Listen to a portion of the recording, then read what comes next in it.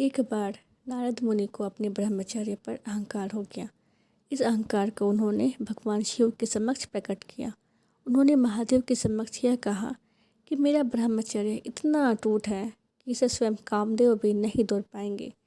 इस पर भगवान शिव ने उनकी प्रशंसा की, परंतु उन्हें इस बात के लिए भी चेताया कि इस बात को अब अभिमान में आकर भगवान विष्णु जी के सामने ना कहे।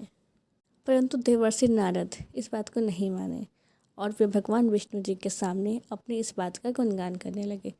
जगत के पालनहार भगवान विष्णु उनके इस अहंकार को समझ गए और उन्होंने उनके इस अहंकार को तोड़ने के लिए एक माया की रचना की। विष्णु जी से भेंट करने के पश्चात जब वह वापस जा रहे थे तो उन्हें रास्ते में एक सुंदर महल दिखा। उस महल में विश्व मोहिनी नाम की राजकुमारी के स्वयंवर की तैयारी चल रही थी। जब नारद मुनि ने राजकुमारी के रूप को देखा तो वे उस पर मोहित हो गए। भगवान विष्णु की माया के कारण यह सब हो रहा था। राजकुमारी का सुंदर रूप नारद मुनि के तप को भंग कर चुका था, जिस कारण उन्होंने इस स्वयंवर में हिस्सा लेने का मन बना लिया। राजकुमारी को पाने की इच्छा में नारद अपने स्वामी भगवान विष्णु के शरण में पहुँचे और उनसे उनके समान सुंदर रूप पाने की इच्छा जाहिर की। भगवान विष्णु ने नारद की इच्छा के अनुसार उन्हें रूप भी दे दिया। नारद नहीं जानते थे कि भगवान विष्णु का एक रूप बानर भी है। हरि रूप लेकर नारद उस स्वयंवर में पहुंच गए। उन्हें अपने आप पर इतना अभिमान हो गया था कि उन्होंने एक बार भी अपना चेहरा नहीं देखा।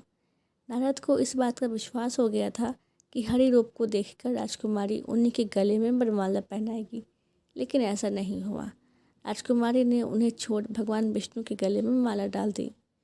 नारद के रूप को देखकर जब उनकी हंसी उड़ाई गई तो उन्होंने सरोवर में जाकर अपना चेहरा देखा और उन्हें भगवान विष्णु पर क्रोध आया।